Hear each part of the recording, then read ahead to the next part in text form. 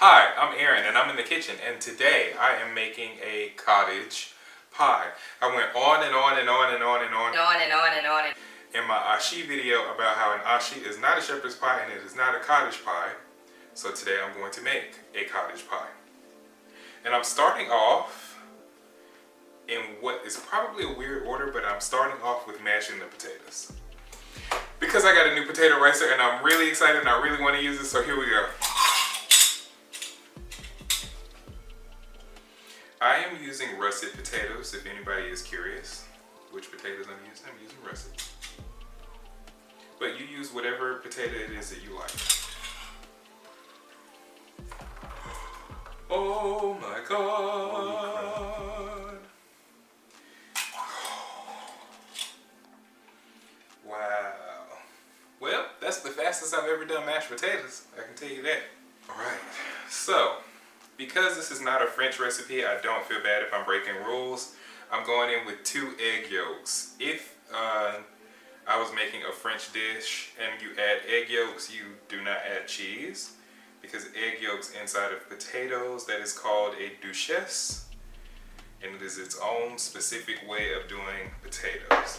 But because this is not a French dish, I'm adding the egg yolks.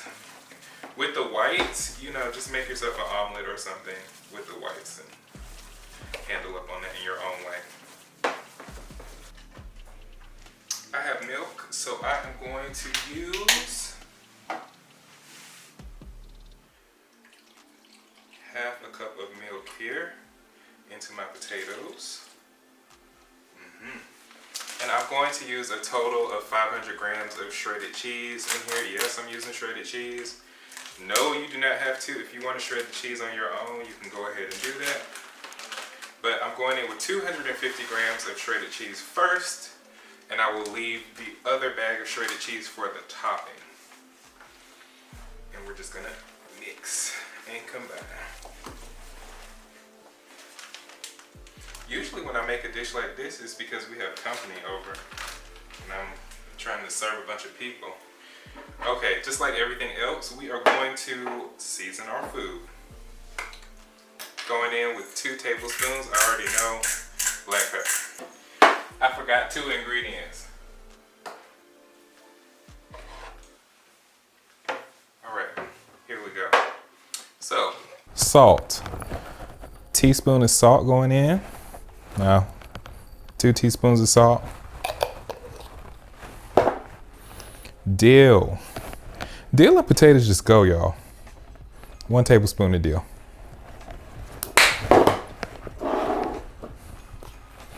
1 tablespoon of garlic powder. 1 tablespoon of oregano.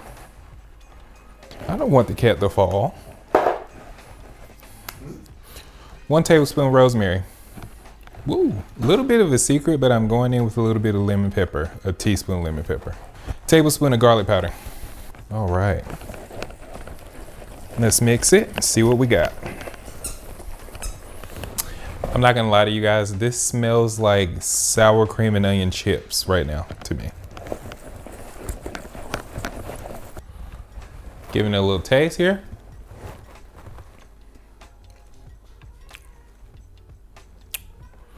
Needs more salt. 2 more teaspoons of salt, sorry.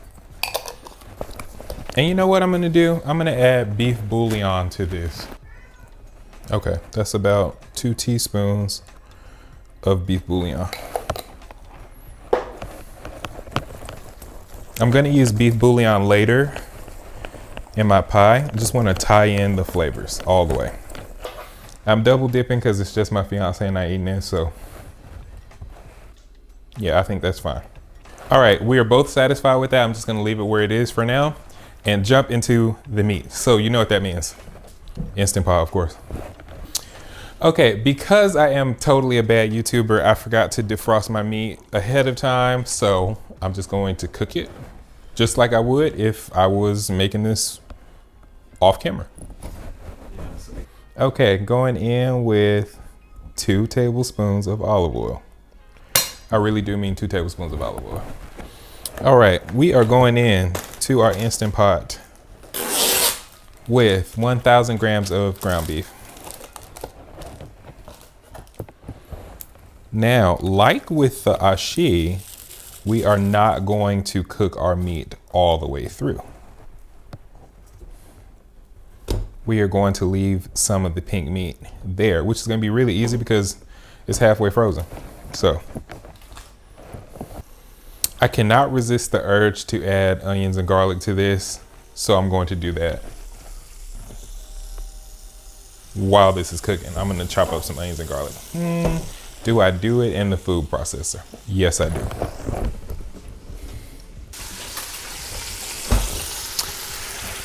Today is the day where I am happy to use a bunch of kitchen tools. So I am using a garlic press. This is not new, but it's my first time using it. I actually forgot that I had a garlic press. So I have two garlic presses because I forgot I had one. So. Okay, speaking of having two garlic presses, I'm not sure how much I like that first one, or if I'm having user error. Let's see. Going in with the other garlic press.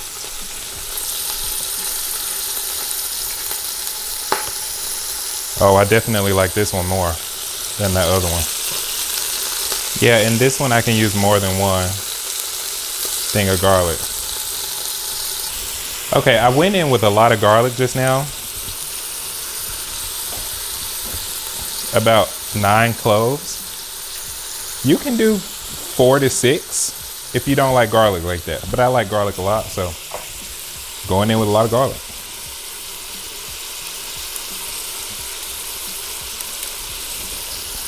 Okay, yeah, definitely glad that I bought 2. I like the second one more than the first one. All right, and this onion is going into the food processor.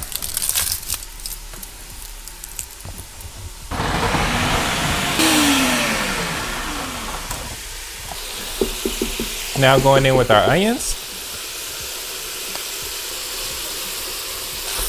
So in the ashi video, I say to not add extra liquid. In this, however, I am going to add extra liquid. It's just going to be vodka. And it's not even a lot. It's a splash. Now, while everything is cooking down and getting merry and happy, I'm gonna go in with seasonings already. Just gonna let everything cook down here. So, I already mentioned I was gonna add chicken bouillon, so I'm gonna go ahead and add chicken bouillon now. Going in with a tablespoon of chicken bouillon. That was a clump, so I'm gonna count that. Oh, 2 clumps. Okay, so I'm gonna say that's 2 tablespoons right there. Going in with lemon pepper seasoning. Probably sounds weird inside of cottage pie, but it's my cottage pie. Going in with tahini, because lemon pepper and tahini, they go together. They're not boyfriend and girlfriend, but they're cousins. They go together. Ginger powder does amazing things for ground beef. Turns that beef sweet. So if you have some beef that isn't so nice flavor wise or texture wise, add a little ginger. Already starting to get like a soupy kind of texture in there. Just moving aside what I already used. Going in with 2 tablespoons of garlic powder. Adding to my hand, into the bowl. Rosemary, 2 teaspoons of rosemary, 2 teaspoons of oregano, 2 teaspoons of dill, 1 tablespoon of garlic powder. Going in my hand first. Teaspoon of salt. And to activate that beef bouillon that I put, I'm adding 1 cup of water. Here's where we really get into the differences between a cottage pie and an ashi. First of all, I'm about to add tomato paste. And I added, beef bouillon. But now I'm about to add 4 tablespoons of tomato paste into here.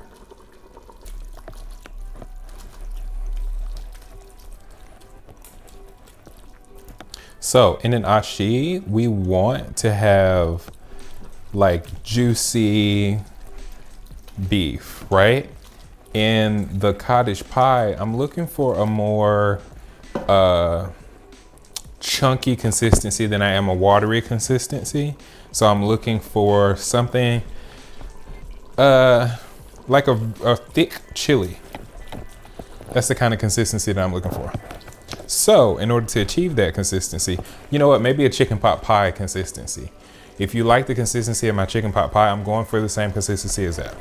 In order to achieve that consistency, I'm gonna go in with 2 tablespoons of all-purpose flour.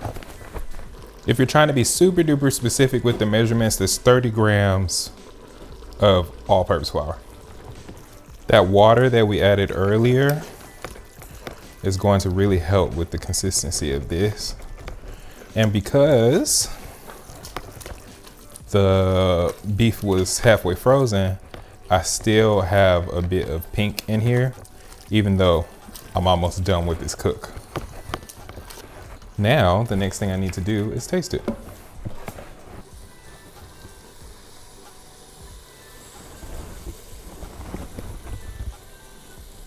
Oh God. Y'all, that is so good. All right, I really like the consistency. You can go ahead and preheat your oven to 200 degrees Fahrenheit. This is only gonna go in the oven for about 20 minutes, okay? My recipe is for a 9 by 13, all right? So, I'm gonna go ahead and turn off my heat here and then transfer my beef over. I almost forgot a major ingredient. You can add fresh ingredients. You can add fresh ingredients if you like. Today I'm adding frozen, this is what I have. And it's just a mixture of vegetables. But if I were just doing this and I bought fresh ingredients, I'd just buy peas and carrots.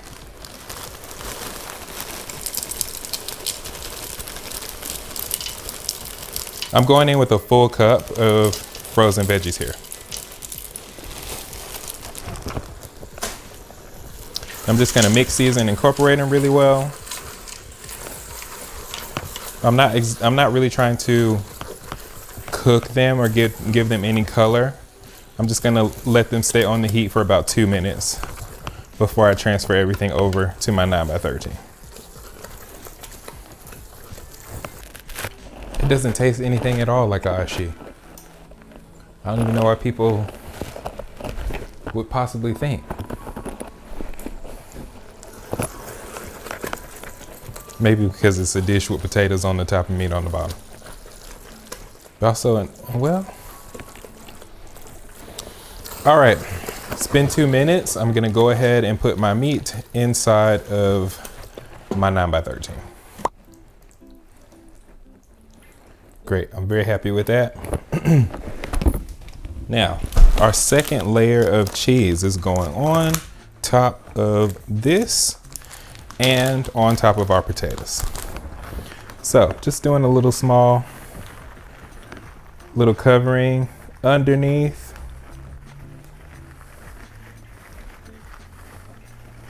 All right, and I'll save the rest of that cheese for our potatoes going on top. All right. I don't know if I even said this, but I have about 500 grams of potatoes here. Have to resist the urge to, nope, sorry, couldn't resist, had to eat it. All right, now, rest of our cheese is going on the top of our potatoes. Who doesn't love potatoes and cheese? Like, so good. And this will give us a nice, bubbly, beautiful crust. And it will all be done. Putting this in the oven 20 minutes and I'll see you when it comes out.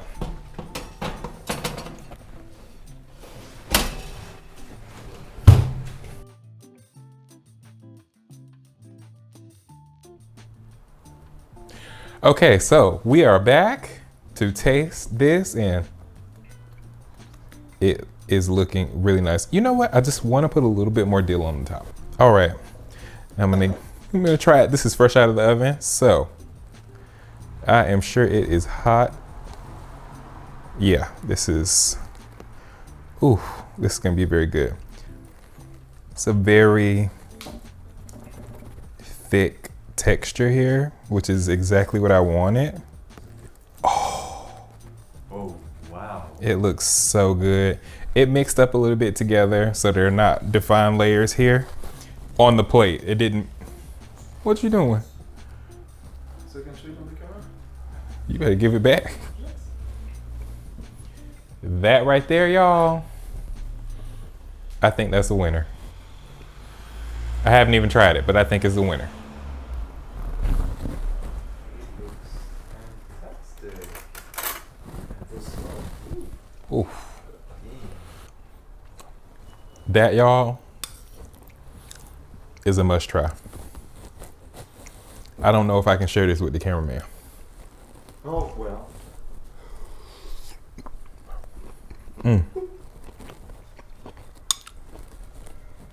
I hope you guys enjoyed what you saw. If you did, don't forget to like, comment, and subscribe. And I'll see you all next time. Ciao.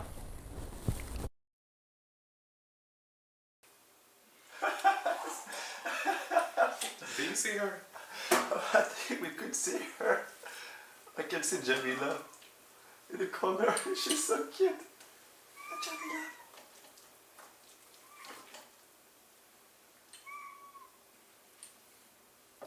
You can't eat none of that. They're so cute. Hi, Jamila. What is this? Oh, this is so satisfying.